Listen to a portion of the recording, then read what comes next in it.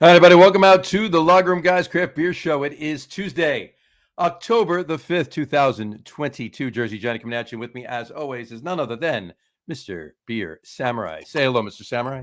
Hello, everyone, and welcome to my favorite show of the year. Yeah. Why would it be your favorite show of the year, Dave? Oh, because we get to drink pumpkin beers. We get to drink pumpkin beers. If you didn't tell from the opening slide right there, instead of a hop on the mic, there's a pumpkin on the mic.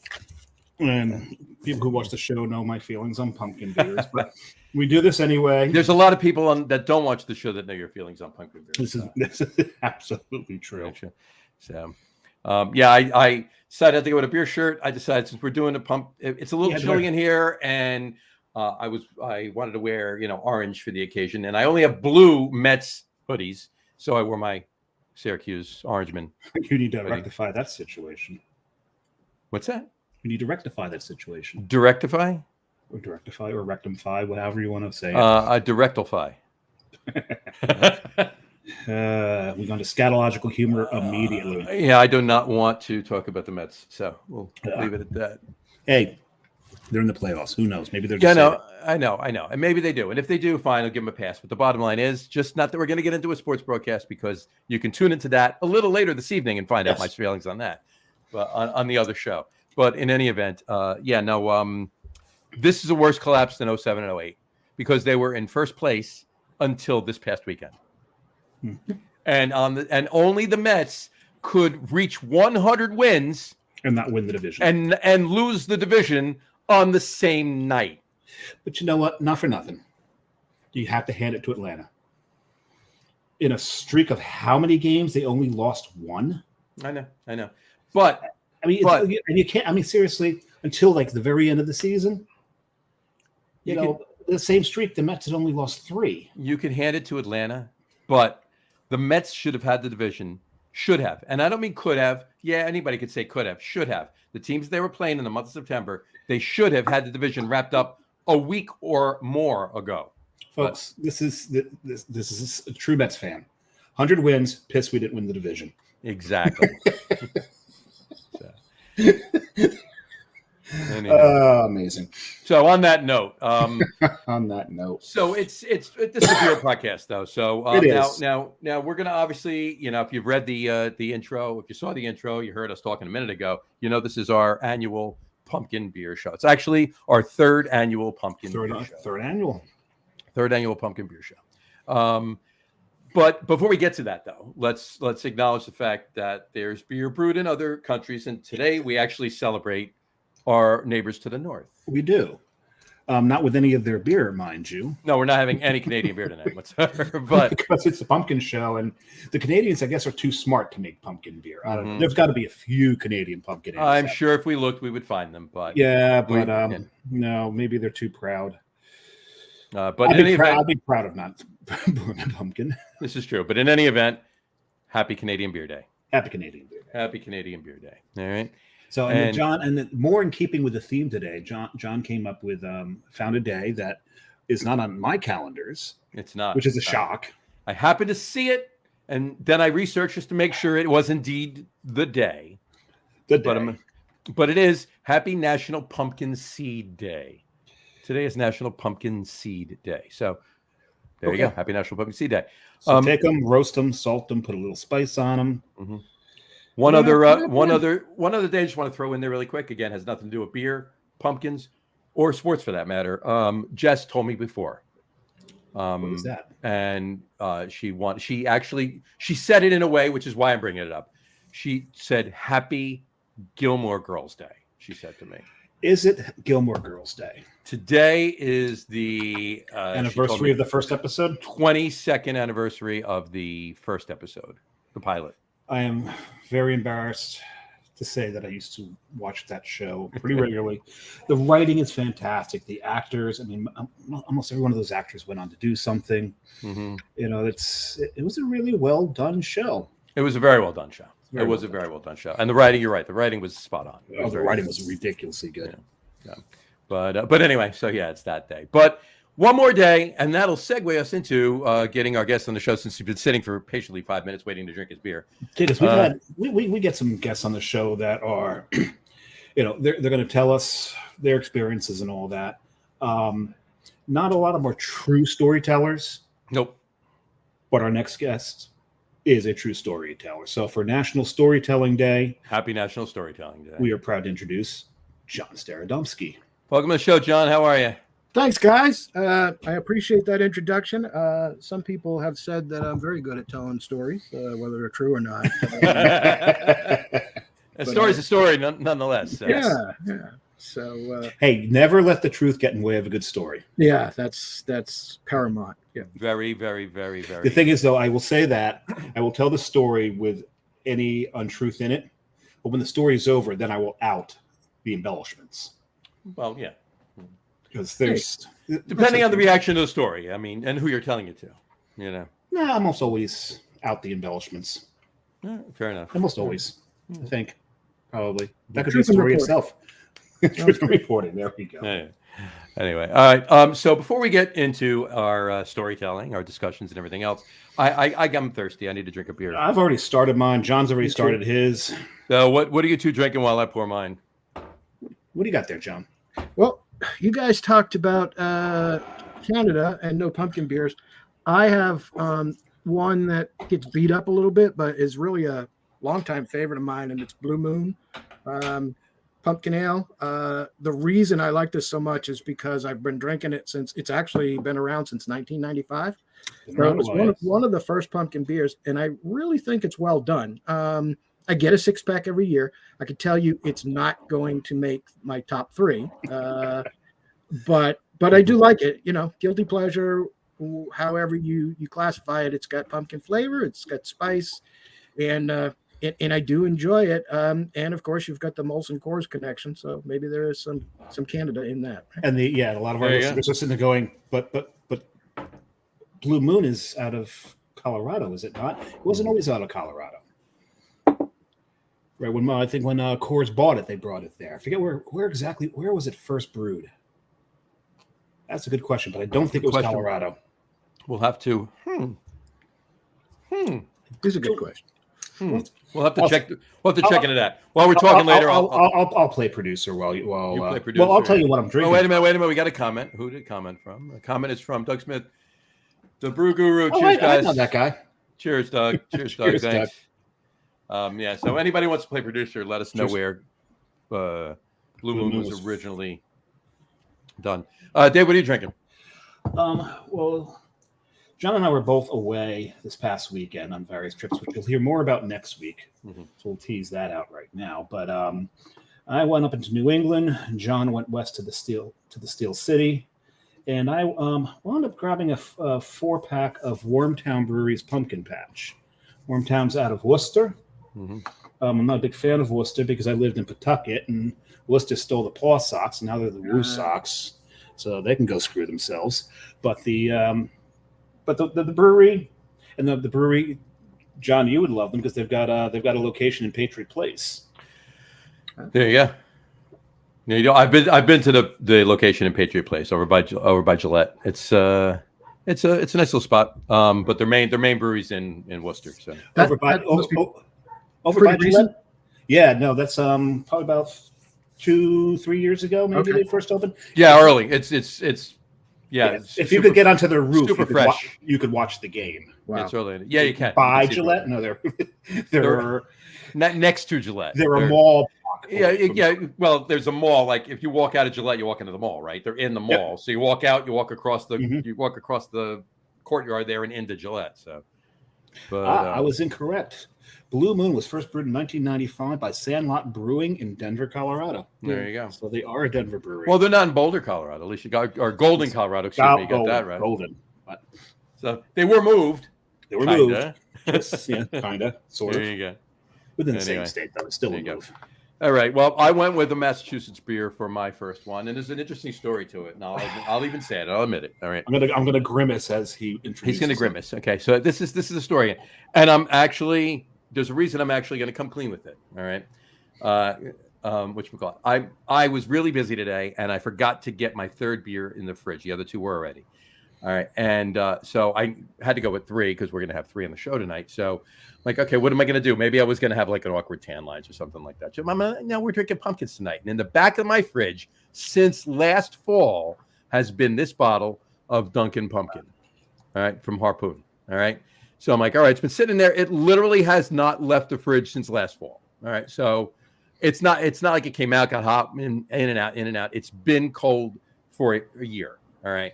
So I'm like, you know what? Let me have it. Let me just see how good it is. Did the coffee? It's the Dunkin' Pumpkin, so it's the coffee. I bet here I can throw up the crawl right now. Coffee pumpkin ale. I wanted to see, did the coffee fall off? Did the pumpkin fall off? Is it just like a bland nothing? Is it actually better? What is it? I'm going to take another sip really quick. Could it get worse? It's actually better than I remember it was last year. It is. I'm actually not surprised. It's better than it was. It's the coffee. The coffee was ridiculously strong last year. All right. Which, okay, that's fine if you like that. It's mild enough, but it's still there, and it's playing really nice with the pumpkin, and the beer has not fallen off at all. I'm actually liking the beer better this year than I did last year. So, which means I got to buy a 6-pack of it and put it in the fridge until next year. There you go, folks. You heard it here first. If you want to try the Harpoon coffee beers, buy them a year ahead of time. There you go. It's not surprising to me either. I actually find that pumpkin beers, especially the ones that have more pronounced spice to them, the spice makes it last longer, right? If you've got some dry and nutmeg in there, and especially cloves. The cloves are the cloves. That tends to, sometimes the pumpkin will fall off a little bit, but I do like that Dunkin' beer. That's a good one, and I actually think I have a can somewhere from last year too. So. Well, there you go. Cloves are used as an antiseptic in some cultures. The Indian culture uses cloves as an antiseptic. Or an astringent, sorry. There you I can see that. But yeah, it's very good. And again, not that it was bad by any means last year, but it's definitely better than I remember it. So, buy a 6-pack, drink a couple this year, save a few for next year, and do that every year. Why not? If you like the Harpoon beers, go for it. And if you keep watching the show and keep taking our advice on that, eventually you'll have no room to walk in your house with all the beers that you're saving to drink in the next year. This is very true. You've been to my house. Oh, you've been to my house. And we've all been to Dave's house. His camera's pointed in the one area that's not covered in beer. Right, exactly. On that note, this will not be on my top 3 either, but in any event. I gotta say, this one is very, very restrained. It's not extremely spicy whatsoever. So this one's not going to last a year. There's spices in it, but it's really not strongly spiced. Fair enough. So not. You're right. I can't complain too much. It's going, as you can tell, it's going down pretty damn easily. Yeah, Wormtown makes decent beer. So I'm not surprised. Huh? Yeah. Don't worry, anyway, Hoppy is actually that's a pretty solid IPA. Don't worry, Hoppy's a good beer. Good beer. So, John, what's new? Getting off the pumpkins for a second. How's brewguru.com going? And honest craft beer reviews. Still a lot of HCBRs is doing pretty well. We've got some solid contributors, and we don't get the post volume we did in our heyday. But I think that's because there's a proliferation of beer groups all over Facebook now, right? Sure. And you've diluted the pool, so to speak, but still have fun. With as far as website, I still have a Herculean project in the works to update all the pages to my new, more mobile friendly format. Nice. It's we're getting there, and as I do that, Google is very, very touchy about the mobile formatting, and they won't show you in their search results if you're not friendly to that. They definitely prioritize that over desktop oriented content. So hits are picking up a little bit with that, and of course I use Google for Google AdSense for advertisements on my pages to monetize and hopefully get some of my web hosting fees back. So. Paid for, yeah, exactly. It's always a nice thing when that happens. Yeah. So, great. That's great. And anybody out there that listens to us on a regular basis, or even if you're just listening to us for the first time, check out on Facebook. Check out Honest Craft Beer Reviews. It's a great group. Join it. And commit to getting involved too. Don't just read it. Put up whatever you're drinking. Put up what you think. and get some dialogue back and forth going. It's a great group, and check out brewguru.com too. It's also an awesome website. So, yeah. How I'm literally almost done with this thing already. Yeah, I've got one more quaff and this is gone. Yeah, close to it too. Yeah, and I'm shocked that was not in a wow, this was a bad beer kind of way. I'm just shocked that, I guess I shouldn't be, having a year on it. It's not like it was a 5% New England IPA sitting in my fridge for a year. Where's Gene? Where's Gene? Although the constant refrigeration, that's key too. I actually found a 5-year-old Sierra Nevada beer camp West Coast IPA. Oh, and it was good. It was way in the back of my garage beer fridge. And the reason that I found it is because the fridge died. It gave up. And so I had to rescue everything out of that fridge and bring it into the house where it's at least air conditioned, right? And fit as many of them in the food fridge as the wife would allow. But I said, okay, this has been hanging around long enough. I need to drink this one. And I was pretty surprised. I thought it was going to be undrinkable, right? But it was pretty good. So. That's awesome. I did that once about 2 years ago. Right around Christmas, I found a 6.5% New England IPA, like a one-off kind of a small batch thing that LIC Beer Project in Long Island City, New York, in Queens, had done. And it was, shocker, and Gene will bust my chops for this, but this was nothing more than, again, it was in the back of a beer fridge that, you put stuff in and just, get in there and rotate it. Keeps getting pushed back. It was the only thing back there. And it was also one that had they only did like a small square label for it because it was a brewery only release. So it was just, you couldn't see a label on it. It was just the silver part of the can, right? So I go through it, and it's about a year old, maybe a little less than a year old, just close to and I pull it out, and I'm like, oh my God. But it obviously was back there the entire time, constant cold temperatures. But it is now a running joke. And that John ages IPAs. Specifically because of this beer is why I'm telling the story. And this is a running joke because of this beer. So anyway, I open it up and I pour it. It still poured beautifully. It still had a nice haze to it. There was no chunkage by any means in it, and nothing that separated, and it drank delicious. There was no DO. It literally was as I remember it was, as much as I can remember at that point it was very well. It was very good. It was, somebody could have handed that beer to me and told me they just bought it and it was packaged like a couple weeks ago, and I would have believed them. That's how good it was. So, if you brew a beer right and you can a beer right, and no oxygen gets in there, and it's kept in the fridge in the back, and it's in a can, so forth and so on, you can get lucky. And that's where the coldest air flows in the fridge, right? Because the fan blows it to the back, so it's going to be kept the coldest of anywhere in that fridge, and it's not getting exposed to any temperature fluctuations, most likely when you open the door and close the door. But this West Coast IPA was a double IPA. It was malty. It had I think when it was young, it probably would have been really, really citrusy, maybe piney, and those beers will always last longer than I've had to dump a lot of modern IPAs that are light malty and very delicate hops, fruity, the tropical fruity kind of stuff. They will not in most cases hold up like that. And I don't want to say that every beer that I found in the fridge was good, because there were some dumpers too. Oh yeah. Right. Well, I actually had to, that when they were cold, I've had to dump, and I'm not going to say it on the show, John, I'll tell you later. Dave knows. I've had to dump 2 or 3 cans of a very famous beer that was maybe not quite 3 months old. Wow. And I was shocked that clearly it was a bad batch. I can only say, but I won't say it on the show, but I'll tell you later. But, and I was shocked. It's like, it was a 4-pack that I bought I bought 2 4-packs, and we drank one.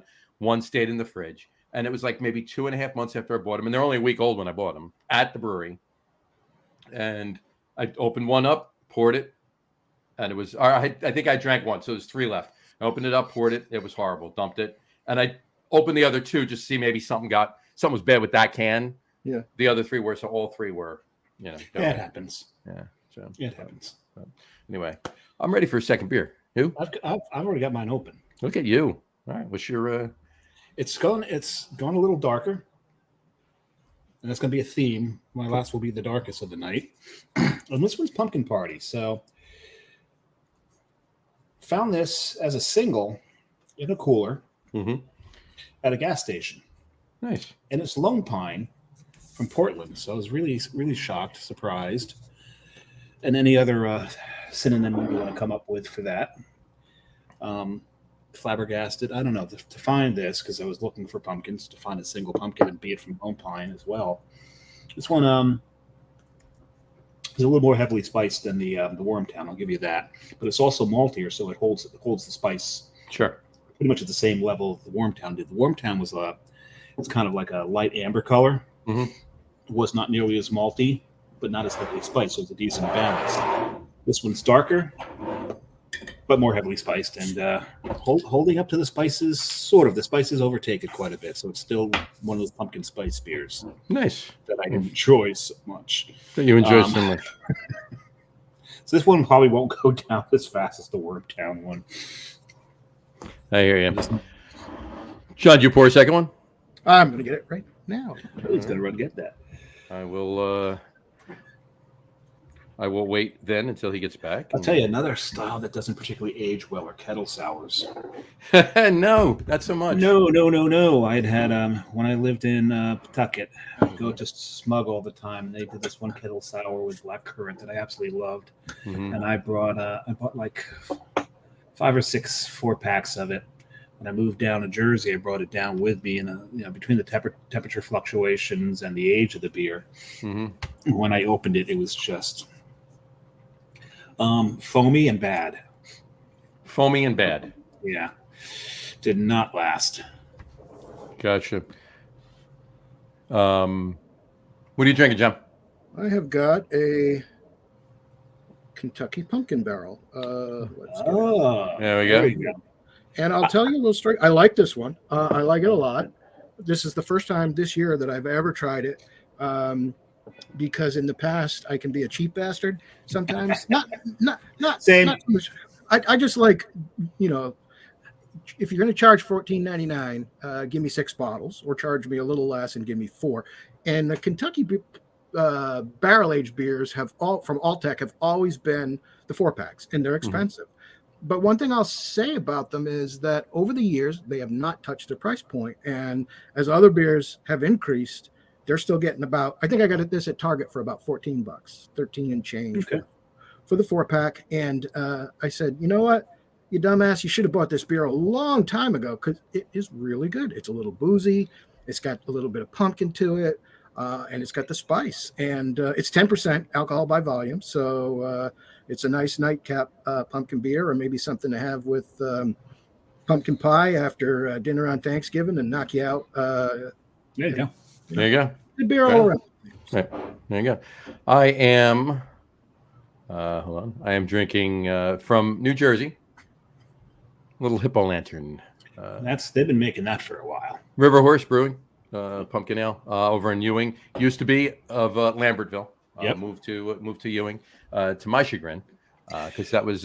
We've lamented the loss of that space on many a show. It was a mill, and the whole brewing system was all gravity fed. Yep, it was a beautiful thing that hoists the malts all the way to the top, mash in, and just let everything flow down. Yep.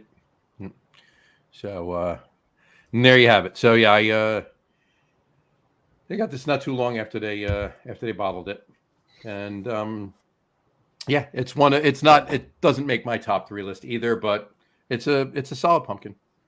It's a solid pumpkin. So anyway, and there you have it. All right, let's talk about. I mean, we always pay homage to Wild Bill's, right?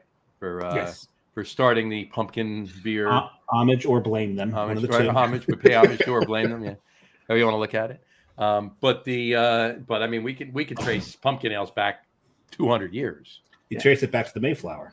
Yeah, 400 years. Well, almost 400 years. 350 years ish. Because there was no grain to brew with, so they had to find something. Yeah, but it was more likely it was squash rather than pumpkin. It was gourds. It was other gourds. Yeah. So pumpkins just became what it was because it was that's. But as I have always maintained, when they brought in their first crop of barley, they stopped brewing with pumpkins because it was awful. Sure. So, well, I'm sure they didn't bring. Brought it back.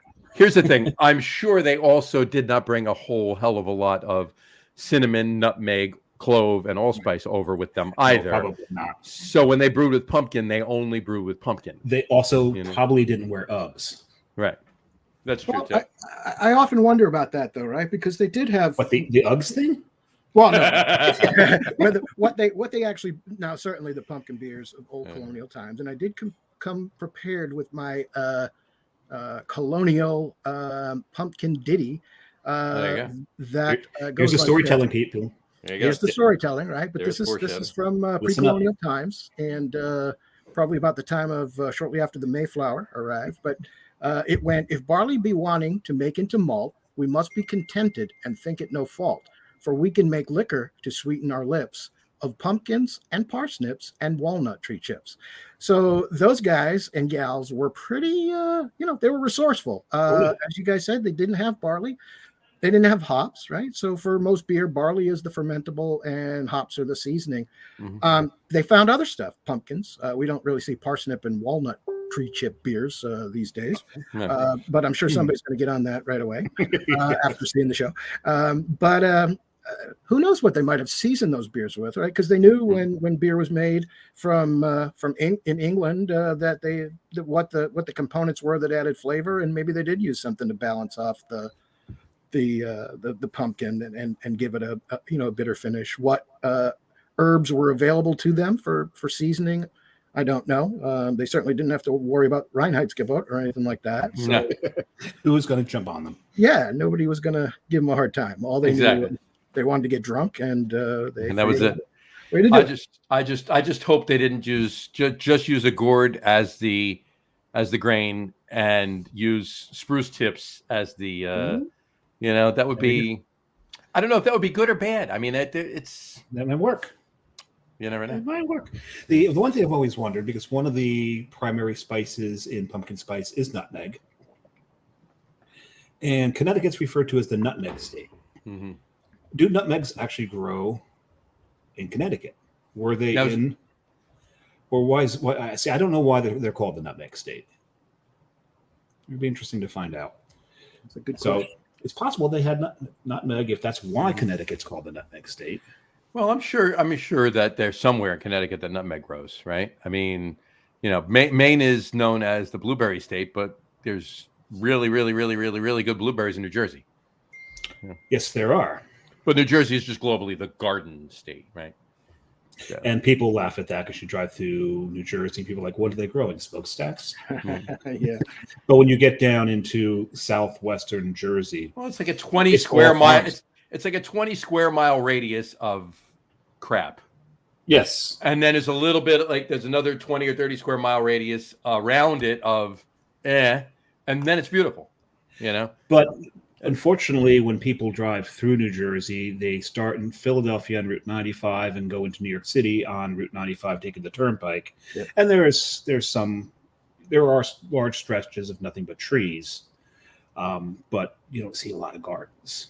No, but they're all far off. All right. Anyway, so that's kind of. So I just found out why they're called the nutmeg state. Why are they called the nutmeg? Apparently, there were no nutmegs there. It's applied to Connecticut because its early inhabitants had the reputation of being so ingenious and shrewd that they were able to make and sell wooden nutmegs. Interesting. That is interesting. So they were shysters. So they sold faux nutmeg. That's pretty funny. There you go. I'm going to throw this comment up from Doug again. He mentions a couple of just a few minutes ago.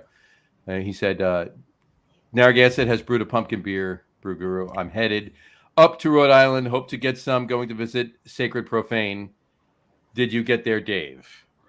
What do you think? Doug, what do you think? And if you want to hear about it, tune in next week. Yeah. Because next week is when John and I will regale you with our travels over this past weekend. Mm-hmm. The things we did, the things we drank. And I have to say, I hit some of the bucket list breweries in New England on this trip. It was a lot of fun. So we'll talk about it next week. We'll talk about it next week. Yeah, we'll get some New England, and and West Pennsylvania beer talk. Steel City. Steel City talk going. And yes, just I'll talk more about it next week. But I did indeed have an Iron City. You have to. I also had an Iron City Light while I was there too. Wow. You don't have to do that. That you don't have to do, but I did. Research. I called it research. When you go to Baltimore, you do have to have a Natty Light, but right. There you go. Anyway, cool. Yeah, this is going down pretty good. This River Horse pumpkin. How's that beer that you said was going to take a while, Dave? The pumpkin party. It looks pretty. I mean, it looks pretty dark for. I mean, it's for a 4.2% beer. Is it a brown ale? No, they just say pumpkin ale. I mean, it looks says pumpkin ale. It's not quite a brown ale. It's a dark amber. All right. It's not quite a brown. The last shot of it looked darker than that. But. Yeah, it's. I'm not. When you really dive into the spice profile of it, the spice profile is a little too harsh. I'm not saying heavy-handed because it does balance it pretty well with the body of the beer and the maltiness of the beer. Yeah. But when you actually concentrate on the spice profile, you're getting a harshness as if they went a little overboard with maybe the allspice or clove and didn't balance it out with any of the ginger and nutmeg. Yeah. Or cinnamon. Or they overcook their spices, which you overcook your spices and you're going to get this harshness in the flavor of the spices. Sure. So really not sure what's doing it, but at first I wasn't quite sure what I didn't particularly enjoy about the beers when I really concentrated on their spice profile. I think they can balance the spice profile on this a little better. Fair enough. So maybe I'll jump on the Honest Craft Beer Reviews and post that up there, John. There you go. There you go. Sure.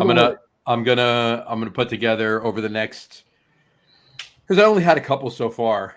So any of these pumpkins that I do have, I'll write my annual article, like a review on each, and I'll put it on our website, but I'll put it up on Honest Craft Beer Reviews as well too. So I better take a picture of it before I finish it to support it and get a little visual for the post. There you go. One more comment from Douglas Smith. One last thing. Patriots are going to have a long, long season. With that, I need another beer. There you go. And with Doug, at least you've recognized it early because as Giants fans, we're 3-1 right now. This is not sustainable. Yeah. We're 1-3. The rug is going to come out under. All right, well, hold on. Break our heart. Understand we're playing the Packers on Sunday, okay? Just want to put that out there. Of course, we're playing the Packers in London, so anything can happen in London. And the Giants have never lost in London. But we almost beat the Packers with our third-string quarterback Sunday. The Patriots do have a long season ahead of them, but I'll tell you what. That game Sunday, I went into and this has not happened in about 20 years. I never missed a Patriots game. In the past 20 years, I've maybe missed 2 because something major was going on. But my son and I watched the games together, either at Taco Mac or now I have NFL Sunday Ticket. Every Sunday it's a ritual. We watch the game together. And I had an expectation we had no chance of winning. I went in, and that, as I said, hasn't happened in 20 years where we didn't at least have a chance. And the Pats put up a fight, and we were in it every minute right up to the end. And I think it was one of the most enjoyable games. Even though we lost, it was one of the most enjoyable games in quite some time. There you go. They played great. You had a wet behind the ear rookie step in. And, some people may remember way back when Bledsoe got injured. Yep. Brady comes in and the dynasty was born. And the rest is history, right? Exactly. Yeah. And that's kind of funny because I was in a Patriots forum on CBS Sports page the week after Mac Jones went out, and people were complaining about Mac, and they're like, yeah, well, Zapp's going to come in and do the same. I'm like, you're not getting that again. That's not going to happen. Don't even think about that. You're not getting another Brady. And it's funny how people, but I tell you what, he played a good game for coming in. He did. First time. I will tell you one thing. I would not have wanted to be Belichick's headset after that one argument he had with the ref.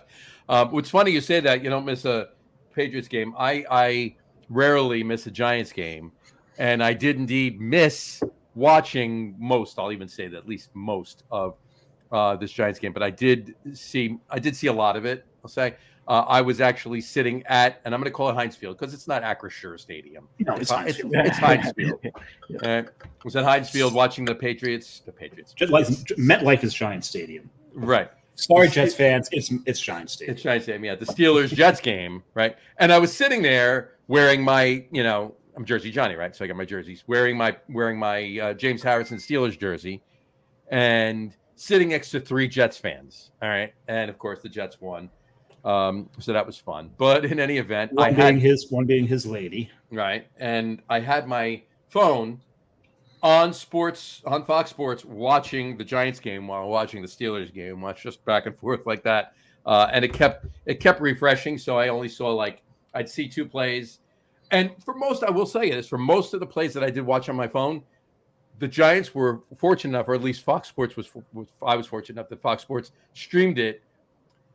I pretty much watched the Steelers Jets play, and then I was able to watch the Giants play, and then I was able to watch it. Turns. It just took turns. I kept watching constant football, so it was pretty good. But now, Ruger, there's a thing. If you're friends with John on Facebook during football season, right, you're going to be highly entertained because he is a rabid Giants fan. Anything, even the slightest thing go wrong, they could be up 27-0, take a 2-yard loss, and he's going to take to Facebook and rant about it. Mm-hmm.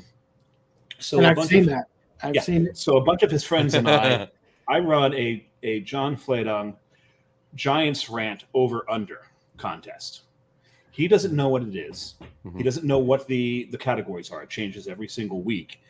And anybody who took the unders this week won because nothing hit because he didn't post. I didn't post anything. I didn't. Not a thing. Well, because the only thing that I was doing on my phone was watching the Giants game. So I wasn't going to leave watching the Giants game to comment about something stupid. But one of them actually had nothing to do with football per se. It was how many open mouth selfies of you and Jess would go up either on your page or Jess's page. Right. And you had one selfie and your mouths were closed. There you go. Which is extremely rare. We call them the fly catchers. Very rare. So, anyway, great. We had fun with it. I've been known to do the same thing during a Patriots game, so no judgment there.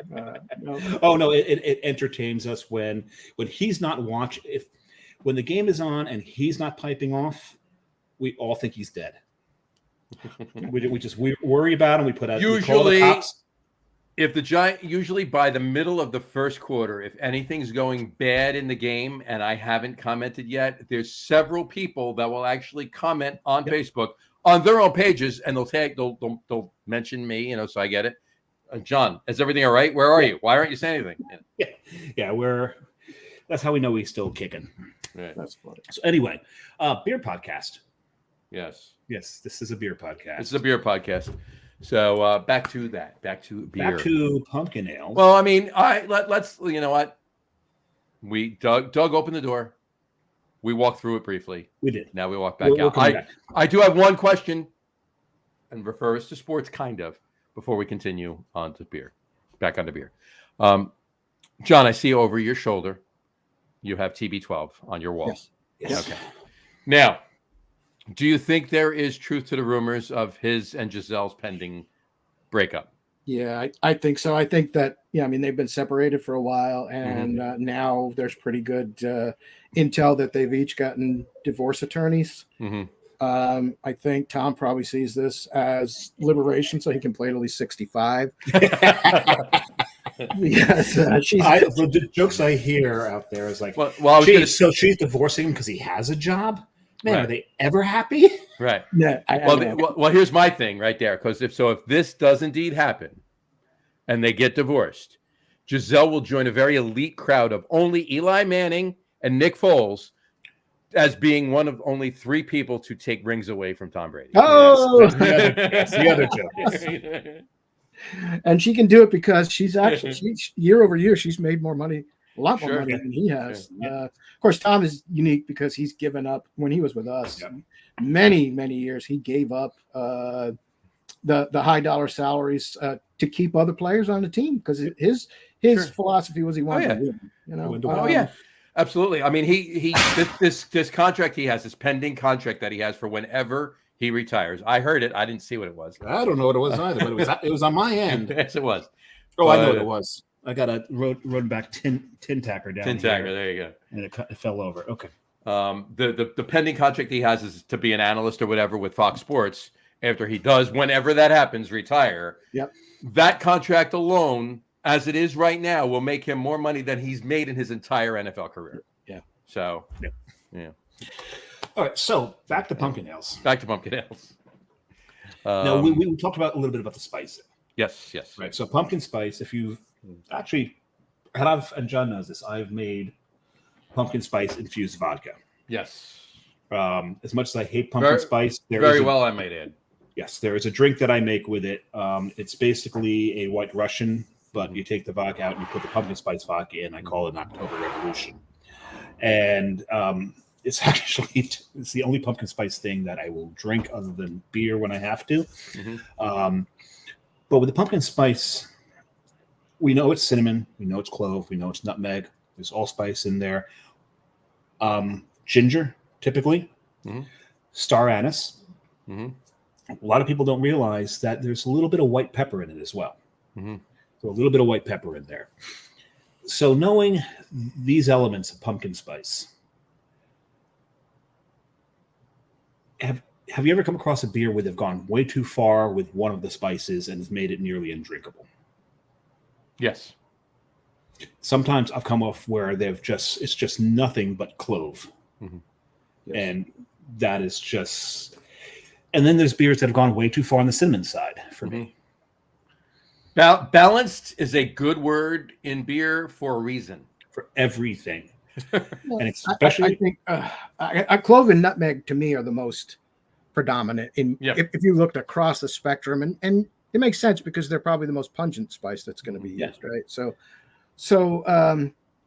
I don't think I've ever come across one that I couldn't drink or finish, but I really enjoy spicy beers. So I may be an outlier in a little bit. Oh, then you like my pumpkin spice because I up the white pepper a little bit to give it some nice. Well, it nice gives it gives it a tiny little bite, and it also does balance out other spices. Yeah, that's why it's in to there. A point. Most part. I've never had one where they've gone too far on the star anise because I don't think anybody actually uses star anise when they're doing beer. Yeah, I've had a couple. Yeah. Cardamom's another one that's used a lot too, and mainly it's used a lot in holiday beers. But I've had it in some pumpkin beers too. Wow, which is interesting because it's not actually part of the pumpkin spice. No, profile. It's not. But they've used it very minimally. But it's there. You can it kind of acts like the white pepper almost. Yeah, and I don't like cardamom. Balancing in a different way. I don't particularly care for it. This is why I don't like wit beers. Right. Because I'm not a fan of cardamom. Right. So I do like ginger when I come across it, and it doesn't. I don't think it's pronounced enough. It tends to pop more for me in a beer that has a nice caramel malt backbone to it. Yes. Yes. We'll agree. And you can even with the ginger, and if the caramel is done right and the malt is done right, you get even almost like a pie crust type of vibe going on. Do you like the ginger with just the flavor? Or do you like the heat of the ginger as well? Both. I like the spiciness and the flavor. Probably the flavor more, but if you can get the latter. So now, like a beer like Good Juju from Left Hand. Yeah, I've never had that one. That's just, there's no real malt backbone. There's no caramel, obviously, to it. It's a lighter beer, not lighter and lighter in color, right? But that's more of the ginger heat. That's more the ginger spice. Yeah, there's a brewery in New York called Rushing Duck that does a beer called Zinger Beer, and it's all about the ginger. Mm-hmm. And it's a hot beer. And that's the way it should, right? In beers like that, if that's going to be your signature ingredient, then that's what I want. I want to get that. I want it to be pronounced. I don't know if you guys remember Mile Square from the 90s in Jersey, but they did a ginseng ale that I really enjoyed. That was a good. Oh, I never had that. Yeah, it was very good. Ginseng ale. Ginseng that would ale. Be, yeah, I would love to try one of those. I've never had a ginseng ale. I think that may be one of, if not the only one of the very few beers. I don't remember any other ginseng ales. Yeah, I've never heard of one. No. We'll have to. A buddy of mine has a DeLorean. We'll have to go back. There we go. And try it out. The only thing is, though, if you go on O'Reilly Auto Parts, they are out of flux capacitors. They are. They're getting them in though. They're getting them in though. And I'm not kidding. O'Reilly Auto Parts does in their inventory list flux capacitor. It's always out of stock, mind you. But they do. O'Reilly Auto Parts does have a flux capacitor list. It's got a part number and everything. Yeah. Well, if you do get it working and you happen to do that, swing by Massachusetts around 1991 or so and get me a case of Post Road Pumpkin Ale. Brooklyn does Post Road now, and they took it over. But Post Road was a private brewery in that time, and they actually did a number of beers. They did a nice winter warmer and a pale ale and an IPA. But even today with Brooklyn, it's a pretty decent. It's a pretty decent beer. I had the Post Road Winter Warmer. I never had the Pale Ale, the IPA, or anything, but I did have the Pumpkin Ale and the Winter Warmer. They were both good beers. They were both good beers back then. Yeah, I would definitely swing back. There's a number of beers. I would have to put a trailer on the DeLorean because his first stop would be Stick and Jab. Oh, I would definitely go right over here to Ocean, to Heavyweight. Go see Tom. And pick up several cases of Stick and Jab. So, the whole trailer would probably be full of that. That was because being a an alt, it's going to last. Yeah. Stick alt that Stick alt that he did was just phenomenal. I mean, it rivaled. It was a little bit, if you could even call it this. It was a little bit more on the, beefier, maltier side than your age, but it was damn close to your age. It was really good. Tom really spot on. Made a spot on Stick Alt there. Have you guys ever done a show on DeLorean beers? What if you had if you could do it? What beers would you go back and get? We actually did one. We actually did. Your favorite beers that have been discontinued? That's right. We did do that. I forget who was on, but we did. Yeah, our top 3 favorite beers that were discontinued. Let me. I can actually pull that information up right now. Talk amongst yourselves. I almost want to say that was with Tom. I think it might have been. I'm going to find out right now. Hold on. Or maybe the first time we had John here on, wasn't it? I don't know. I think we've talked about that before. I know we've talked about. Yeah, I think it was. I mentioned Panama Christmas Ale as a beer. I think it might have been with the guest that we're looking at. I'm going to find out right now. Hold on, right, just for a minute. Hold on. We are holding on. Keep talking. Well, hold on. There's like a bunch of rock songs that have that as the title, right? Hold on. I believe so. My favorite was by an artist named Ian Gom. No one knows him. Such a great song.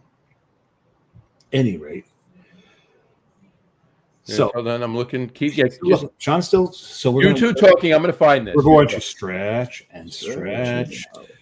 So we're. Do you have a third beer coming up, John? I do. I'm going to get it. Let me while we're doing that. It was with Tom. It was with Tom. It was. Who are we looking at here? This is Buffalo Bill Owen. There he is. This was my introduction to pumpkin beers. This is from the New World Guide to Beer by Jackson. I don't know if you can see it, but there's the pumpkin ale. Right? There it is.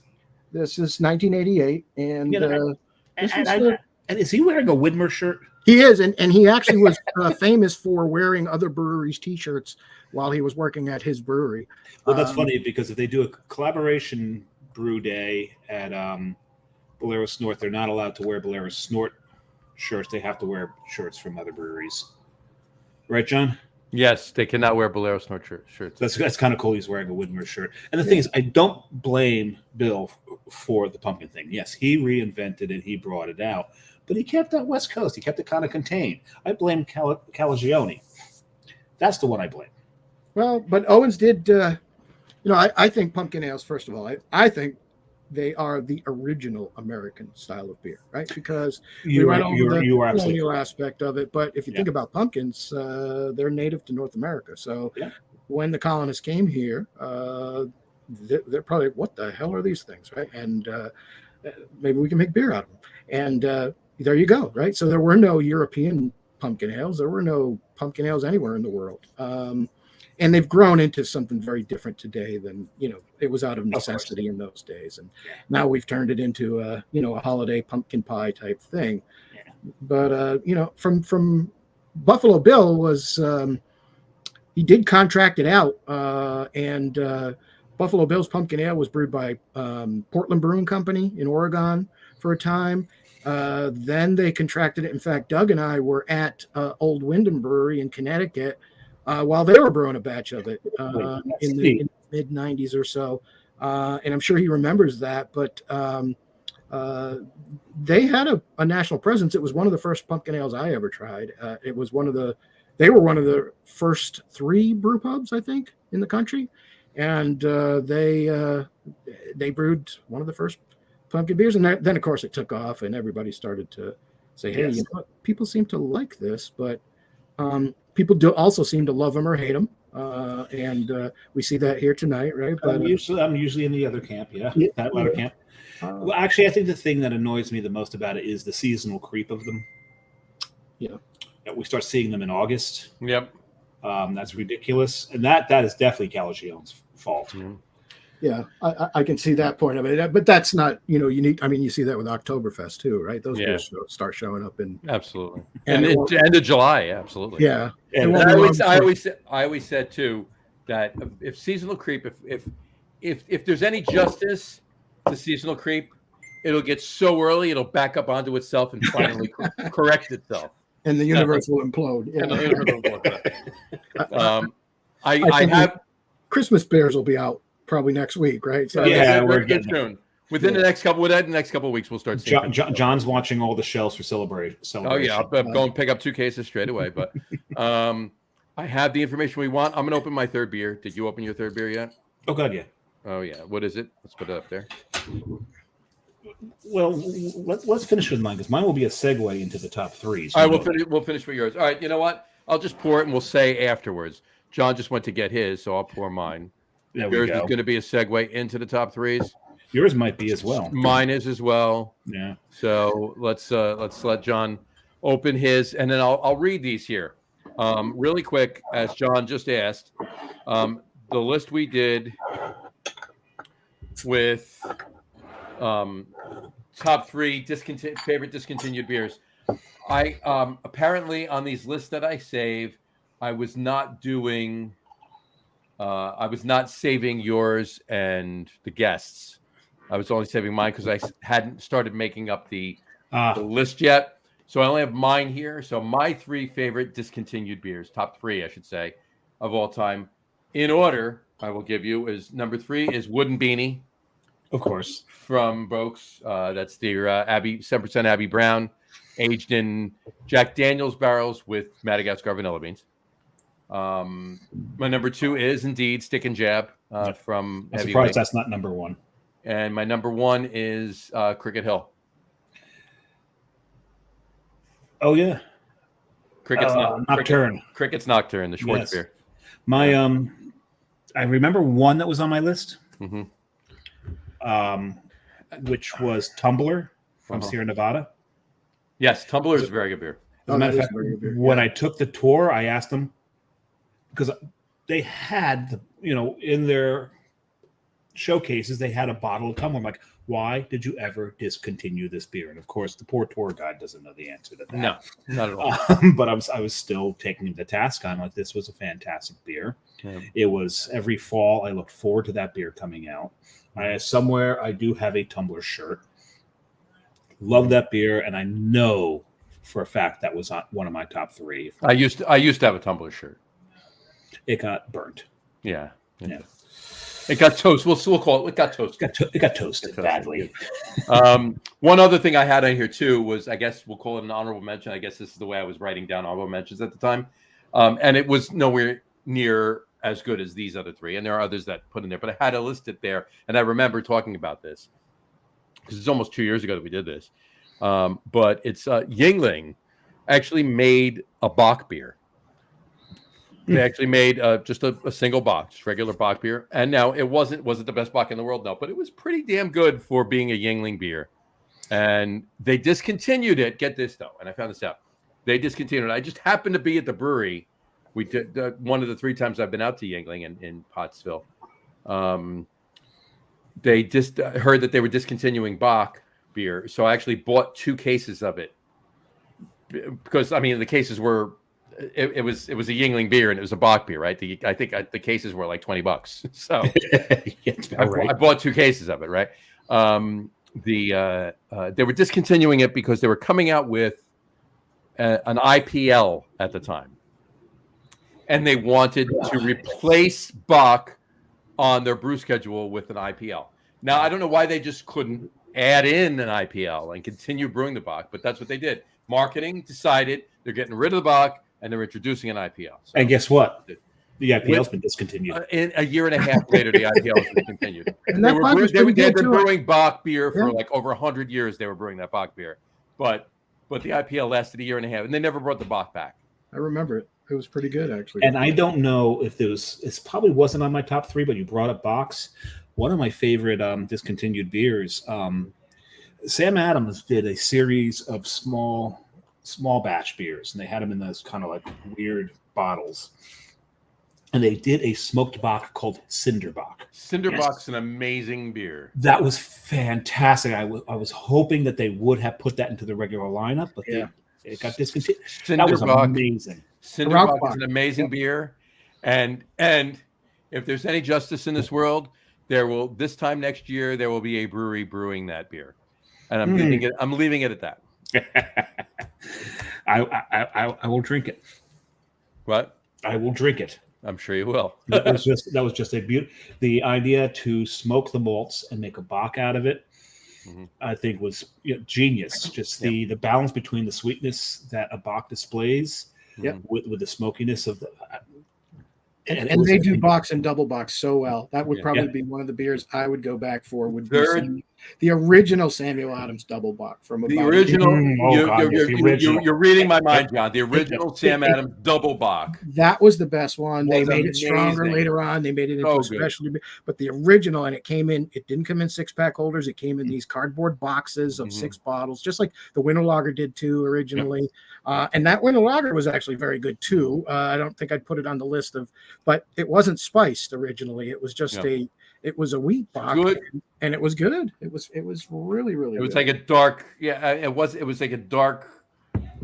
It was like a dark. I was going to say Weizenbock because it's a wheat Bock, right? But it was not. It did not have the bubblegum profile of a Weizenbock. It was just. It was a nice. It was like a wheat Schwarzbier. It was like a strong Bock that was lightened a little bit with wheat, right? But you're right. It didn't have the bubblegum and clove notes of a Weizenbock, so it wasn't quite that strong. I don't think. No, it was very light. It was nice. Yeah, it was enjoyable beer.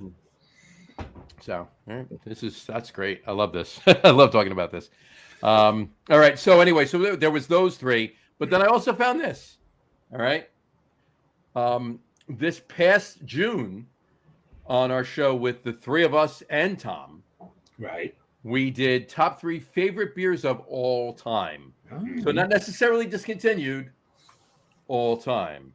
And I'll just read them down really quick. Mine were number 3 was Urige, Stickle Alt, shocker, surprise. Right.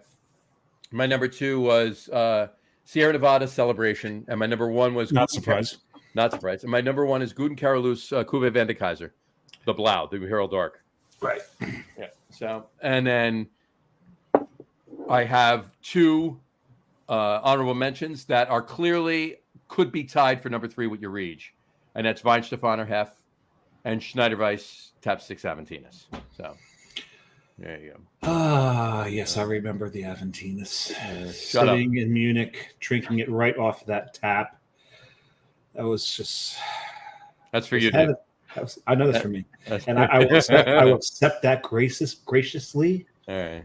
Because I've had that experience. John, and he called me and woke me up at 6 a.m. to send me a picture of him drinking Aventinus right off of Tap 6, and right over my shoulder you could see Tap 6 over my shoulder. Is that a violation of the Geneva Convention? I'm pretty sure that is cruel and unusual punishment. It was. So, and then I had to go back to bed. I'm like, what the hell am I doing? Anyway, Dave, your top three were Topping Goliath SR71. Oh God!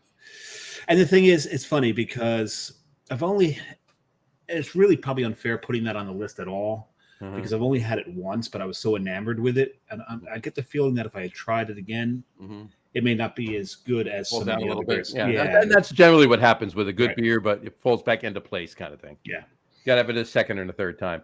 No, your number two was Cantillon Creek, the 100% live. That will never fall off the list. Right. And I'll give you three guesses what your number one was. Oh, jeez, my number one. I'm going to shoot you if you do not remember this. I'm tired. How am I gonna? I know. Oh, boat. There you go. Boat beer. There we go. Right.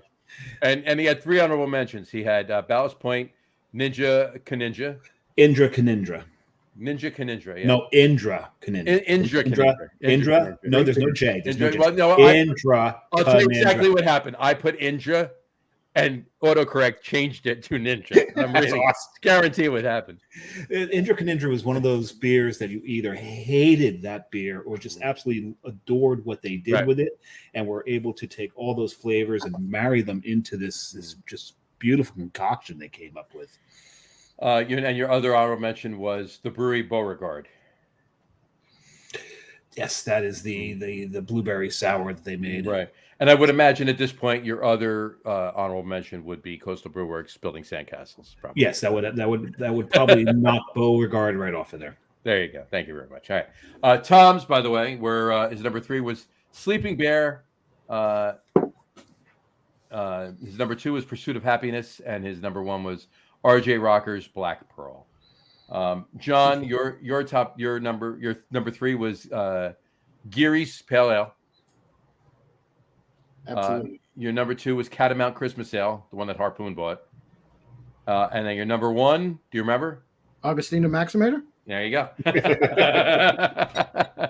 and I'll tell you what, I would add an honorable mention now if I did it all over again, because I just actually got to have this beer again.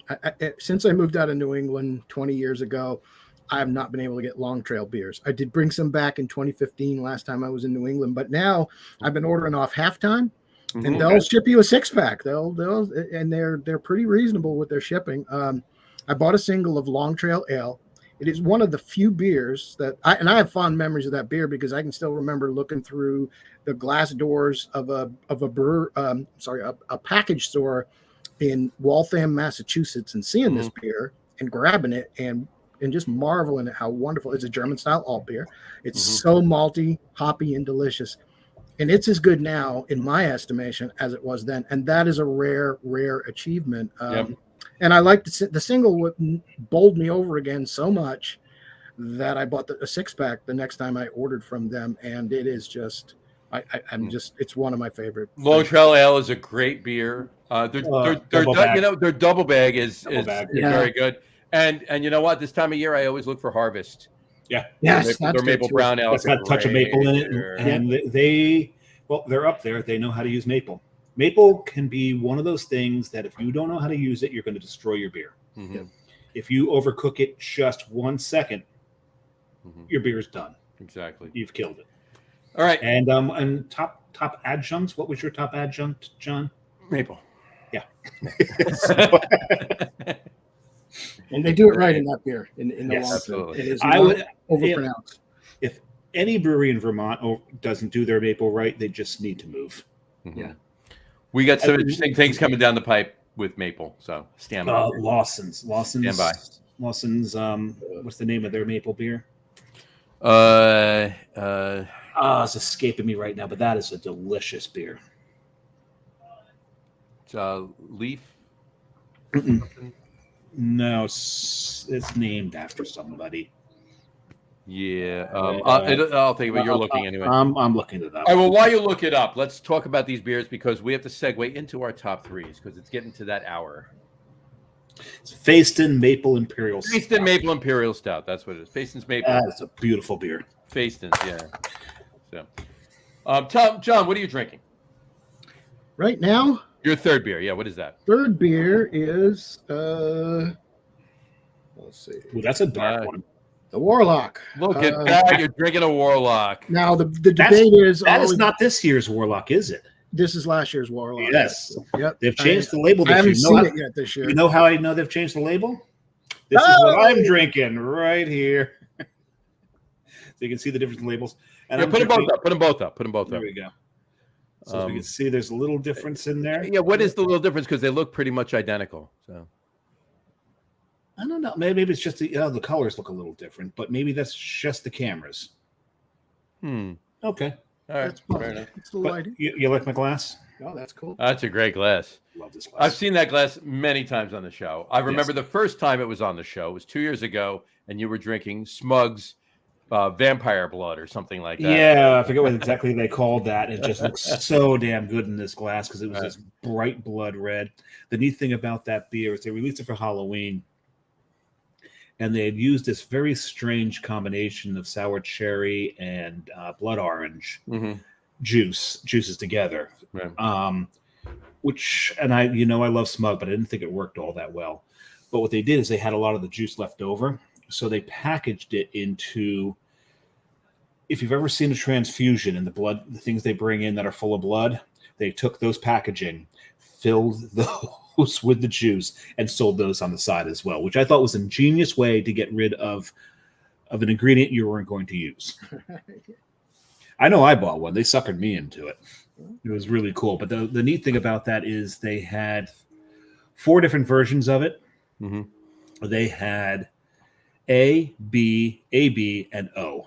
And it all depended upon where it sat in the bright tank, right? Because they noticed as they started to can these, as they got further and further down, it got thicker. Yep. So they gave them the designations of the blood type. It was pretty, and then they packaged it in 4 packs with each one of the blood types in it. One of each, yeah. It was pretty cool. Genius marketing.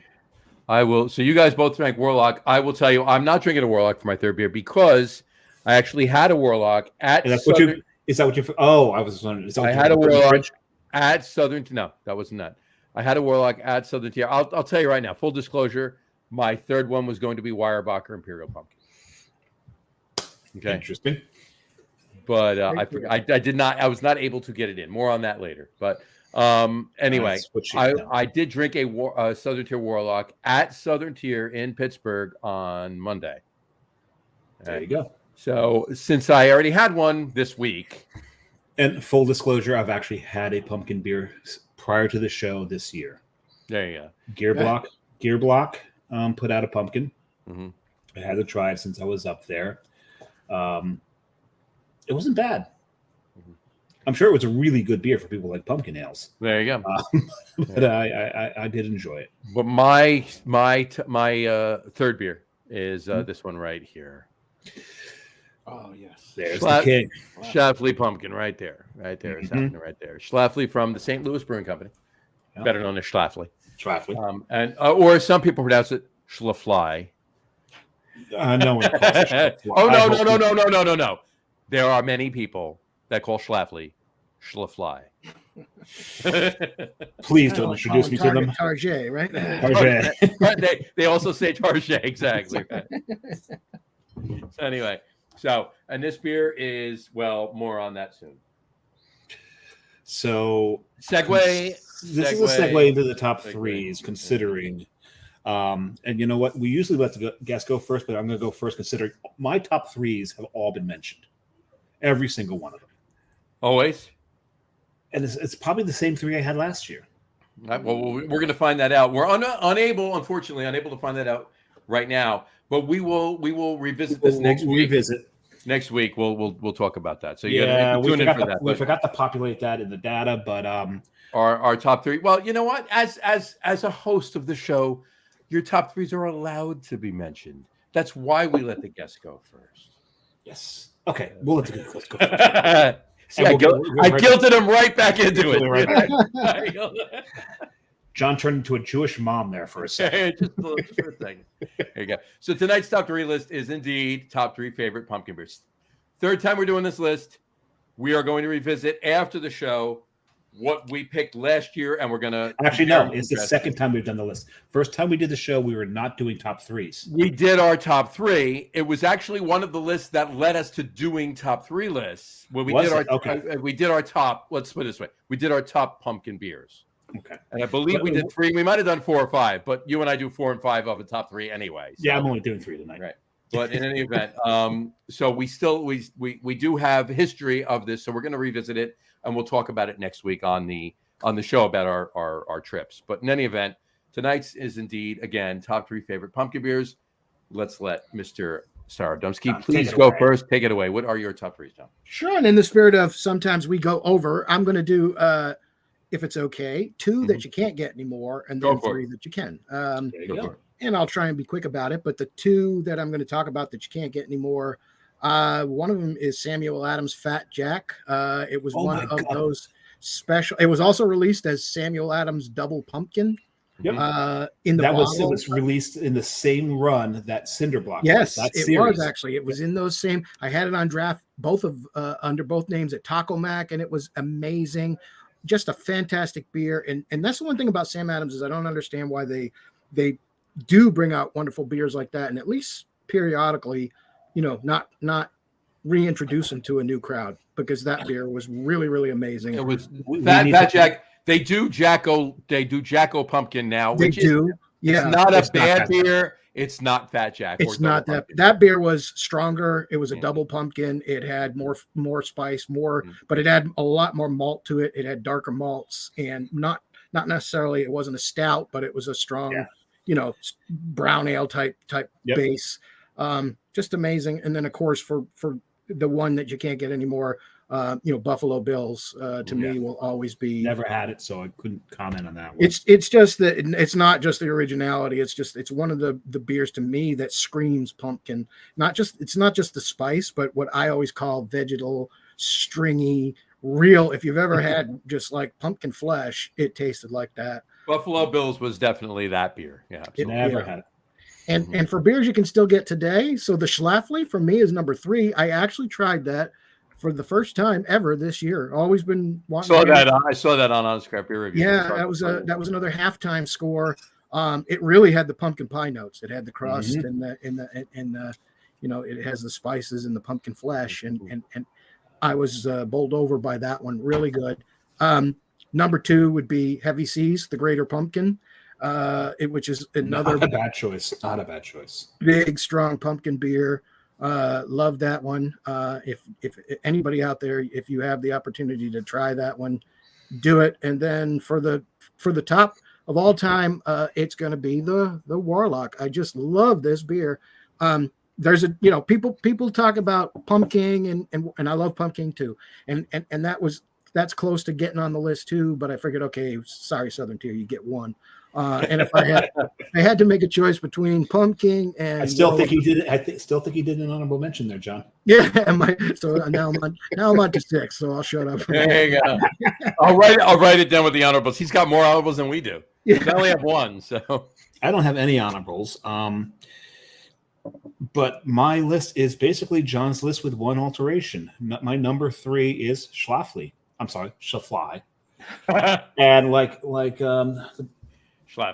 the guru said, it is the consummate pumpkin pie beer in the lighter color. It is. It gives everything he said. You get the crust, you get the pumpkin. It's not that light. I mean, but with some of the others I'm talking about, it absolutely is compared to the other 2 that I'm going to mention. Right. By the way, it's a great glass I'm drinking it out of. That's a beautiful glass you got there, John. I have one of those too right over there. I just didn't drink out of it tonight. My number 2 is where I diverge from Mr. Staradumsky's list. My number 2, as mentioned earlier, Weyerbacher's Imperial Pumpkin. This beer is one of those beers you first start off drinking going, actually, I kind of like this beer. For a pumpkin ale, I kind of like this beer. When you're done with it, you will kind of like everything, because this is a pumpkin ale that's going to sit you on your ass. Oof, it's one of the biggest pumpkin ales made out there. I'm pretty certain Avery makes a bigger one. Right, don't they? I think Avery makes a 26% pumpkin ale. Yeah, that's what I'm talking about. That one's you're not getting much bigger than that. No, you're not getting. No one's gonna. no one's going to waste their ABV on a pumpkin beer like that. But when you get down to it, their Imperial. I'm sorry. 17 and a half. Okay, so 26 a bit high. Pumpkin KY, pump KY, Okay. and it's the pumpkin beer, pumpkin ale aged in Kentucky bourbon barrels, and it's a 17.5% pumpkin ale. So John just and they also make a rumpkin, which is Southern Tier too, but they make the original one, Avery. Yeah. But the pumpkin. Avery's rumpkin might be an honorable mention for me. But the pumpkin, yeah. But my number one is John's number one. Like you said, taking their original pumpkin ale, and what I love about their pumpkin ale, their pumpkin, to me, kind of almost has notes of pumpkin seeds, of roasted pumpkin seeds in there as well. There's a nice roast to it, a great spicing to it, and then when you blend it with their Double X Stout, and that's what Warlock is. It's the blend of Double X Stout and pumpkin, and it's just a well balanced, beautiful drinker. Let that thing warm up. Let it warm up, because when it's not warm, it's not all that much of a pumpkin ale. It's very stouty, cold. When you let it warm up a little bit, the pumpkin ale flavors really come out of it. Yeah, the notes the notes of burnt treacle, the roastiness really works so well with the pumpkin and the pumpkin spice. It's I know we mentioned before it's roasted pumpkin seed day, right? And I don't know if you guys have ever had a Elysian Night Owl, which actually is brewed with roasted and non-roasted pumpkin seeds. I think it may be the only beer that I've had that at least advertises that fact that they do. Yeah. And Elysian too has like 50 million pumpkin beers. They probably have, but my favorite of theirs is Punkachino. Yeah, Punkachino is excellent. In a former life, I actually, obviously, some of you that are longtime listeners know that I managed a bar back in the day, and we had one year, I only did it once. We had an Elysian pumpkin ale tap takeover. We had 10 Elysian pumpkin ales on, and they do, and I'm not kidding when I say this, they do 20 some odd pumpkin ales every year. We did 10. And they have a festival every year where they have all of them on tap too. So and they do, and I will tell you, and without lying, the two that kicked first was Night Owl and Punkachino. Because those are their two best. Right. And I think that and the Great Imperial that's a very good beer. It's a very good beer. That one's very good beer. But those are the most reminiscent for me anyway. So. But Elysian now has new ownership, so I don't drink as much Elysian as I used to. Exactly, if any at all. Yeah. My top three. I'll give you. It was going to be one. I'm going to give you three honorable mentions, and then I'll do my three. Whatchamacallit? I actually have to with my first by far honorable mention because I had forgotten about the beer because I haven't had it in years. In fact, the last time I had it was out in Colorado at Avery. And that's Avery Pumpkin. We just talked about it, right? The bourbon barrel aged one. Not rumpkin, the regular pumpkin. Oh, the regular pumpkin. It's still a bourbon barrel aged beer. It's just not aged in bourbon. It's aged in bourbon barrels. It's not rum barrels, right? And I can say, oh god, the rum barrel version is so good. Hippo Lantern was going to be an honorable mention, and just because it's a Jersey beer, there are some other pumpkins that trumpet, if you will. I'm sorry, I keep using Jersey? That word. No, not in Jersey. Not in Jersey. In general. Do we have how many pumpkin? Oh, I forgot one of my honorable mentions. Rav. Oh yeah. And I'm sure Scobeyville might be one of yours. Scobeyville is my other one. So these yes, this is Carton Brewing. Carton Brewing has done a couple of pumpkin ales. They've got a pumpkin cream ale they do with pink peppercorns. Mm-hmm. The pink peppercorns are Szechuan. Pink peppercorns. Pink peppercorns. Adds a nice roundness to the beer. And the other one is Rav. The owner is a foodie, and he made a beer that reflected a pumpkin ravioli dish made in Italy that's got the beurre blanc over it and the anisette toast crumbled on top of it. And not a lot of people like that beer because they didn't get what he was going for. But he absolutely nailed it. Yeah, Rav was a very good beer.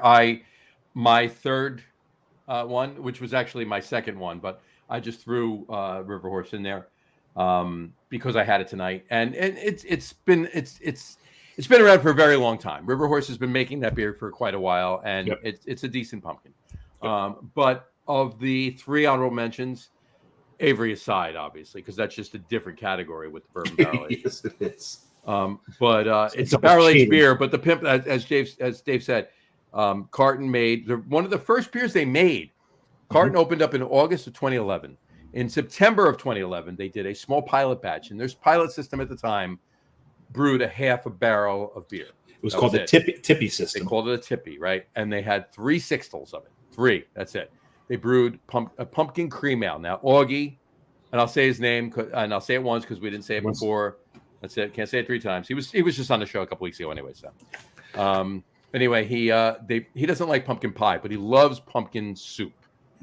So he brewed a pumpkin soup beer, and he made pumpkin cream. He took an imperial cream ale, 12% imperial cream ale, and he conditioned it on pumpkin meat, pink peppercorns, orange oil, and ginger. That was the beer. It was amazing. Alone on its own. 3 sixtels of that left. 3 sixtels of that were made. One stayed at the brewery. One stayed at the brewery. One went to Twin Light Tap House, which is no longer there. Sandy took Twin Light Tap House, which is where he drank all the time. Right. So he probably set it there so he could drink it. He could have it. And the other sixtel came to my bar, and we kicked it in 18 minutes. Wow. Sounds amazing. Minutes. It was great. Now, for the next couple of years after that, he made this beer, and he aged it in Laird Applejack barrels. Okay, Laird is a distillery that's been around since pre-prohibition in New Jersey, and they make Applejack. He took their barrels and he aged this pumpkin cream in. Laird is right on. They're actually on the Battle of Monmouth battlefield. Yep, right on the battlefield. So if you're a Revolutionary War buff, they're part of it. Yep. And if you go through any of the old cemeteries in the area down there, you will always see a Laird somewhere. And they were Patriots. Yep. Not New England Patriots. I'm sorry. No. We're talking American Patriots. American Patriots. So he took these Applejack barrels and he aged his pumpkin cream in them, and he called it Scobyville. Why Scobyville? Because the section of Freehold that the Monmouth Battlefield's in, that Laird Distilling is in, is the Scobyville section of Freehold. So it's called Scobyville. So anyway, that was a long way to get to Carton Scobyville. That's the name of the beer. This ends your honorable mentions? This ends my honorable mentions. There we go. Anyway. Now we can get on to your 3. I'll make it quick. Schlafly Pumpkin Ale is my number 3. So we all have the same number 3. Right. For the same reasons. For the same reasons. My number 2, Stevens Point Whole Hog. Hasn't been mentioned tonight. Stevens Point in Michigan. Wisconsin, rather. Great beer. Whole Hog, actually, they've done a lot of different beers, and Stevens Point's a main brewery, and Whole Hog is like a line of beers they do, kind of a little bit elevated styles and ABVs and so forth and so on. Their Whole Hog pumpkin is really, really spot on. So that's my number 2. Number 1, Dave. It was Dave's number 2. It's my number 1, Weyerbacher Imperial Pumpkin. It's a great beer. It's just Weyerbacher is and it's a shame. And we really have to get them on the show. We've never had them on the show. Weyerbacher is such an underrated brewery, making amazing beer, and has been making amazing beer for many, many years. And they don't get the kudos that they need to get. No, ever. And it's quite possible. It's quite possible that may be the first brewery I ever went to. I cannot remember, but it very well might be Weyerbacher. I can tell you the first brewery I ever went to. It was in 1977. We're waiting. It was in 1977. 1977. So your father took you. And my father took me. And it was in Tampa, Florida. Because you were 8 years old. Right. It was in Tampa, Florida. All right. Tampa, Florida. And we went to an amusement park that just happened to be sponsored by this particular brewery. So it was Anheuser-Busch because you went to Busch Gardens. Busch Gardens. Right. So yeah. So the first brewery I ever went to was Anheuser-Busch. Yeah. I'm proud of you for admitting that. There you go. But there you go. So the second brewery I ever went to was actually Anheuser-Busch too. That was in Virginia at Busch Gardens. Right. The other Busch Gardens. There's The only other two of them, and you've been to both. Right. So, I got to say though, you guys are right about the Weyerbacher. It was a toss-up on my list between that and the Greater Pumpkin. For me, the Greater Pumpkin from Heavy Seas won it by a nod, but I have some in my fridge right now. I just love that beer. It's funny because John, beer. yours on my list was identical, and your number two just barely edged out my number two on your list. So our lists are very. Heavy Seas Greater Pumpkin is a great beer. Heavy beer. Seas makes really good beer. They're a little underrated too. They really are. Yeah, they are. I mean, they make really good beers. They're Loose Cannon is underrated. Look, this industry is a what have you done for me lately industry. Exactly. Right? And so you're talking exactly when you look at Heavy Seas and you look at Weyerbacher, right? They've been around pretty much a long ass time. For a long ass time. They've evolved through the years up to a point, and we haven't seen an involvement. And even though they may be evolving, we haven't seen an involvement from them that have put them into the national spotlight. No. But they're still out there. They're still making great beer. They're still experimenting a little bit. If you go to Weyerbacher, the brewery, there's some stuff that they're playing with. Yep. They do still play around.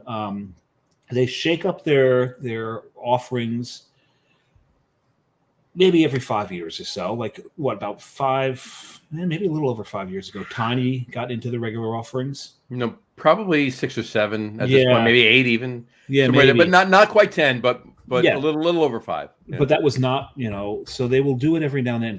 Tiny is ironically named because that is one big ass stout. It's their biggest, it's the biggest non-barrel aged beer. Yeah. No. Because the barley one's bigger. Oh yeah, in Blithering Idiot. Yeah, Blithering Idiot is a bigger beer. Yeah, that's actually one of my favorite beers from. Oh, Blithering Idiot it's what put them on the map. Oh, and Merry Monks, yes. Yeah. You know what, John? Remember, I drank a bottle conditioned Merry Monks on the show. Mm-hmm. You did. The liquor store, I've got to get back to it. They have one more of them. Go get it. And I think it's it's more than 3 years old. Go get it. What was the age I showed you on that? It was 3. It had to be 3. Yeah. I think it was at least 3 years old because they haven't done it in a while. So I've got to go grab that, and it held up so beautifully. Imagine that, John, a bottle aged cask, cork and cage, Merry Monks. Mm-hmm. Well, Insanity is the barrel aged Blithering Idiot. And I love their tagline for it. The fool has finally lost it. Yeah. And Heresy is their bourbon barrel aged stout, Old Heretic. Old Heretic, yeah. And I actually had last year. I had a 5-year-old Heresy on the show. One of my favorite beers they make is Blasphemy. Blasphemy is a great beer, which is their barrel aged quad. Mm-hmm. It's the quad barrel aged. I've got a couple quads in the fridge, but I don't have a Blasphemy. On about 7.5 years ago, I had a 10-year-old at the time, 10-year-old, so now it'd be 17, almost 18 years old. I had a 10-year-old Decadence. Oh my God, they haven't done Decadence in how long? Into about 17 years. Oh. It was one of the best beers I honestly have ever had.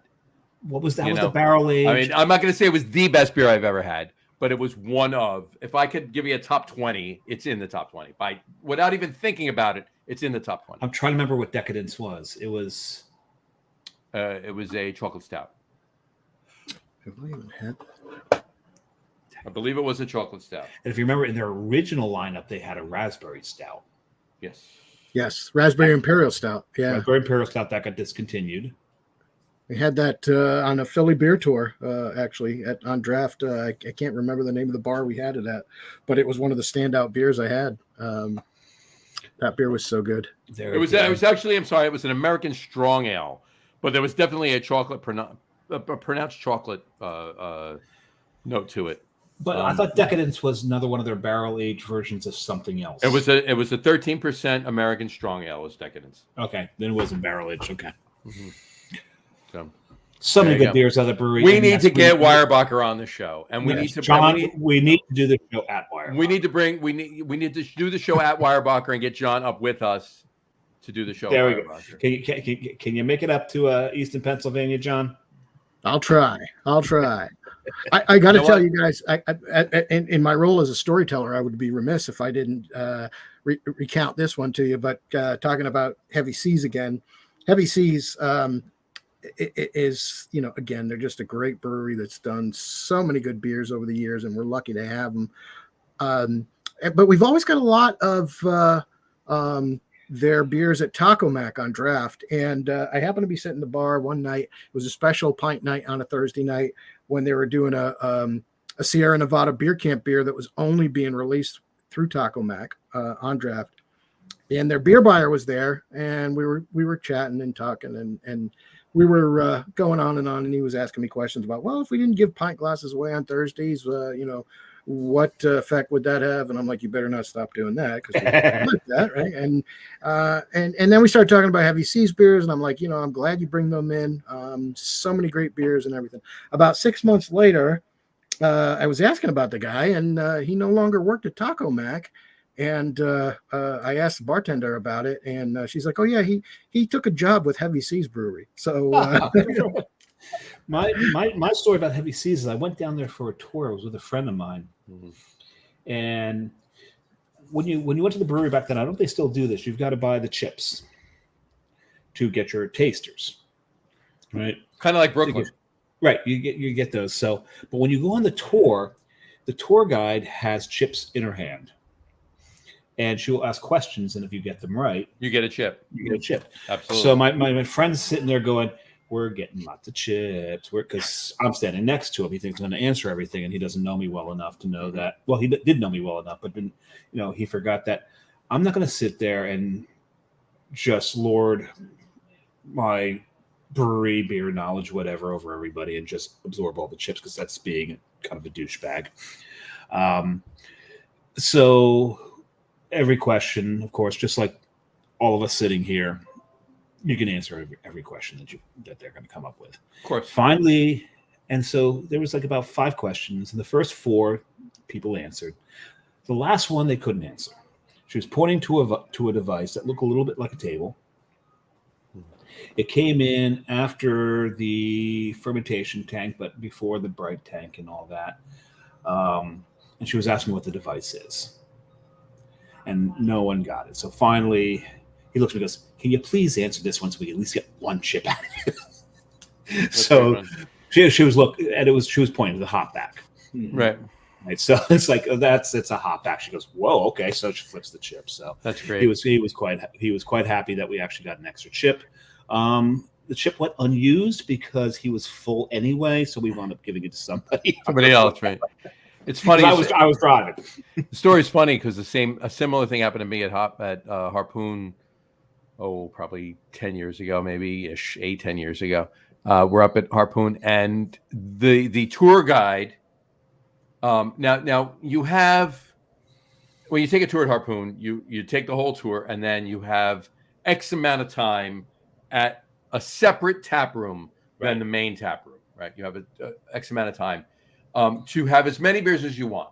Oh man, they'd lose money if I was. No, and they're all 4 ounce. You know how fast I drink. All 4 ounce samples. They're all 4 ounce samples. So you're not getting full pours. They're all 4 ounce samples.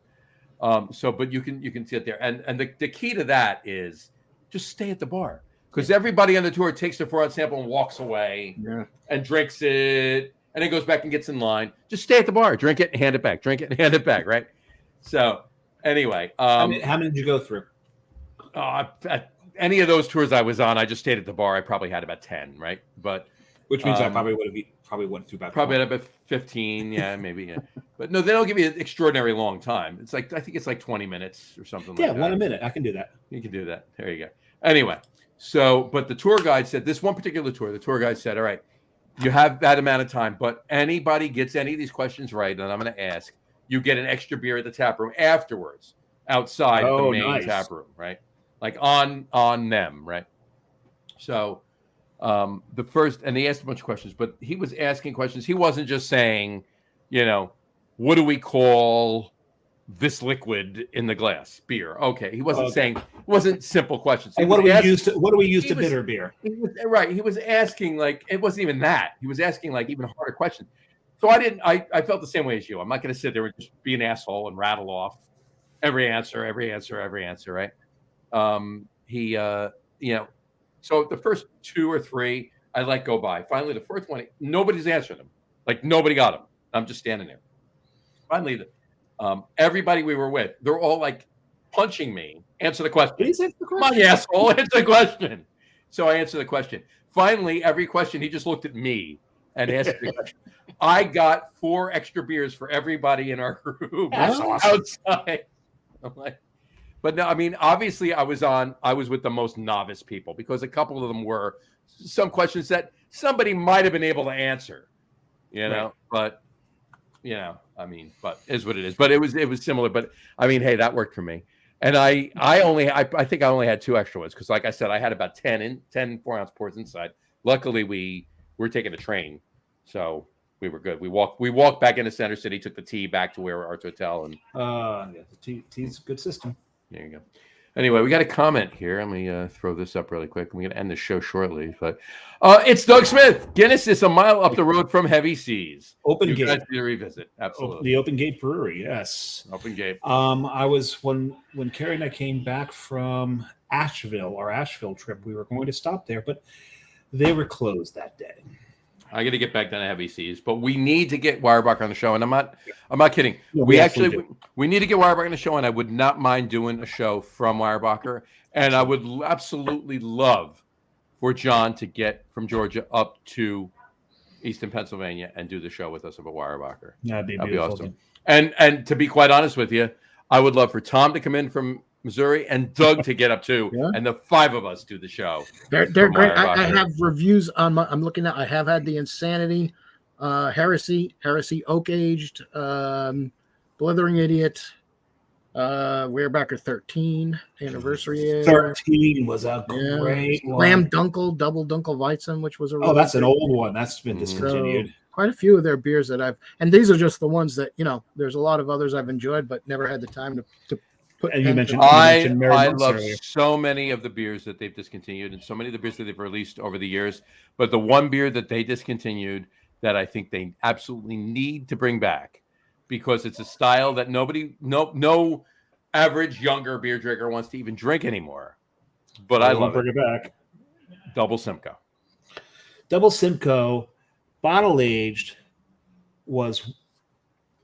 Actually, that may have been one of my discontinued beers, John. It may very well have been. It may very well have been because Double Simcoe itself was fantastic. Even 12-ounce bottles. When they bottle conditioned that in the cork and cage, it changed the beer. The whole mouthfeel of it became so creamy. The hops smoothed out fantastically, and the flavors of the hops really shone in that beer. Mm-hmm. And God, I miss the cork and cage Double Simcoe. Yeah, I do too. All right. On that note, I've had 66 check-ins to Weyerbacher beers, John. All right. Well, you know what? I just need to check too. Since you both did, I need to do this too. Weyerbacher Brewery. Here we go. I have checked into. One we have. Not I beat you. I have 67 by 1. That's amazing. The one beer we've not brought up about Weyerbacher that I absolutely love because, and please make sure you've got an antacid nearby when you drink it. Reserva. Yeah, Reserva. Reserva was a straight up raspberry vinegar. It's good beer. Fantastic beer. Have a bottle of Tums. Yes, please, because it's gonna tear you to shreds. Exactly. That beer. So, all right. A lot of my check-ins tend to be Sunday morning stout and quad. There you go. Weyerbacher's so amazing. We got it. We'll talk offline. We'll put this together. Even if it happens next year, we got to make this happen. So we got to get up to Weyerbacher And let's try and coordinate it. And I wasn't kidding when I said let's get Tom and Doug to come up too. Oh God, yes, absolutely. Five of us. We all go to we zero in Eastern Pennsylvania, boom, and then we can do a New Jersey tour while you're all up here too. And we have to eat at Twin River, of course. The burgers there. Mm-hmm. Twin River. It's one of my standard glasses I drink out of on this show. But they're burgers. The burgers are amazing. The beer's really good. The burgers, you go there for the burgers. Wow. We had a comment, and Doug said, "I'll be there." There you go. Excellent. Doug, let me know when you're coming to Jersey. I'll hook up with you and get you some, I don't know. What's that? Coastal Brewworks beer? I've heard of that brewery. Yeah, they're around. They're doing good stuff. Still waiting for their 5th release. There you go. November. 6.5% coffee porter with that's right. The coffee porter is coming up next. Called Nautical Twilight. I like that. I like that a lot. Mm-hmm. Nautical Twilight. So it's gonna be fun. It's gonna be good. All right, John. Thank you so much for coming on the show today. Don't stick around. We're gonna talk for a couple minutes. I got to do a sports podcast in about 15 minutes. So stick around. We'll talk. Make the outro fast.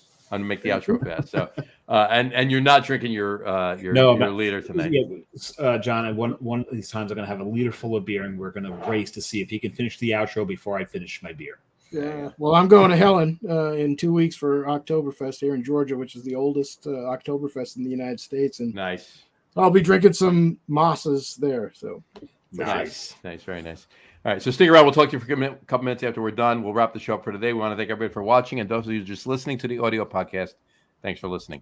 Don't forget to visit our website, www.lagerroom.com. That's LAGERROOM.com. And please remember, like us and follow us on all of our social media, Facebook, Twitter, Instagram, and, of course, our YouTube channel. All of them are at The Lager Room. Remember, we go live with a video podcast on both Facebook and YouTube every Tuesday night. Tonight was a special night. Today's Wednesday. Today's Wednesday. Sean, why? I got back from Pittsburgh at midnight last night, so we couldn't do the show last night. So anyway, every Tuesday night around 6:30 p.m. Eastern time. For those of you who just want to listen to the audio podcast, you can do so on Apple Podcasts, Spotify, TuneIn, Stitcher, Google Podcasts, Amazon Music Podcast, and iHeartRadio as well. And if you haven't done so already, please subscribe to one or more of those feeds, and you will never miss a show. Again, thanks for following along with us. Have a great rest of your week. Have a wonderful weekend. Drink a lot of beer, but drink responsibly. Enjoy those pumpkin ales. And let us know what you think of pumpkin ales. Write in. Let us know. We want your opinion. Love them, hate them, please. Love them, hate them. Doesn't matter. Give us your opinions on them. We'll put it up on our website and, of course, all of our social media.